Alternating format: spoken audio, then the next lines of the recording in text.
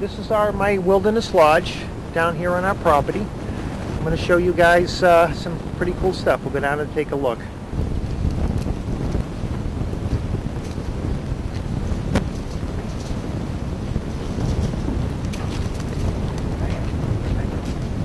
This is the inside of my studio. I built it as a cabin, and then it quickly became my summer studio where I paint. I have my paint table over here. These are a few of my paintings that I work on.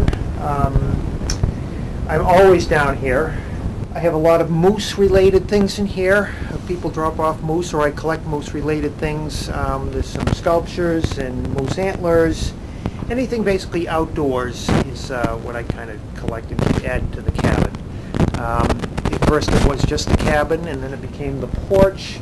And I keep adding all these different elements to it, things that I find on the property, like the bee's nest and the bird nest, and just a lot of little woodland things. I got this guy here at the Harvard Flea Market 2 years ago. I had to add the butterfly to his nose. I got that at the Harvard Flea Market as well. This actually came from our summer home up in Maine. Anything with a moose on it, people tend to give me for birthday presents or just gifts, or anything Maine related. They made this foundation here. Obviously, they put a lot of time and effort into it. So it was a very reliable source of water for the barn and for the farm.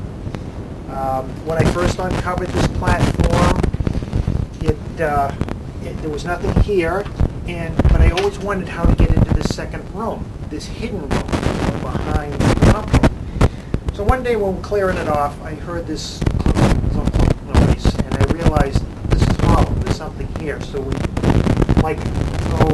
like archaeologists, I guess, we uncovered the soil and found the manhole cover. And then I said, aha! I know how they got in there and how they built this thing. So we pulled that up. We've added the handle to it since. And underneath here, see down here or not, is probably 5 to 6 feet of spring water. And this routinely flows through here out into the brook.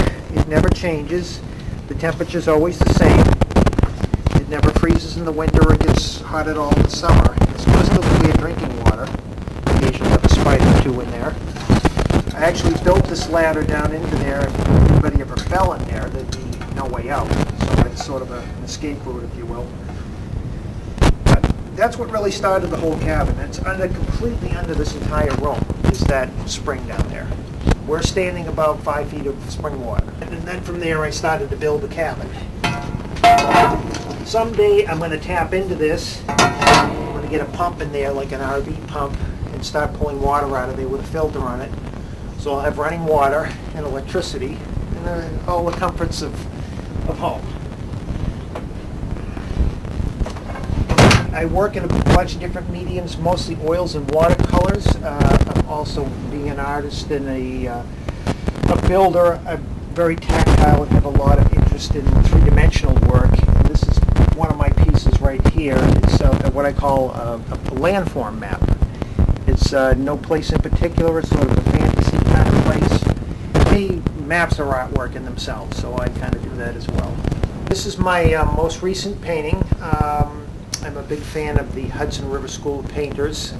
This particular painting was done by myself, but it was copied from Albert Bierstadt. It was painted in probably 1860. I added some of my own elements to it, just my own style and design, but I've always been a big fan of these guys. I've always been a landscape painter. This is another painting of mine. It was probably it's probably almost 30 years old now. This is a fairly local piece. It's done from the Great Meadows Wildlife Refuge in Concord, Mass. Obviously it's pond lilies, and I consider it like a frog-eye view of a little bit different look to it. I wade into the streams, I go into the water. I absolutely love painting anything with water and light in it, because the water, it can pretty much be anything. It can be a reflection of the sky, you can see the bottom of the water, the life that's going on in the water. All very interesting to me. It's always been a sort of a central theme in a lot of my work.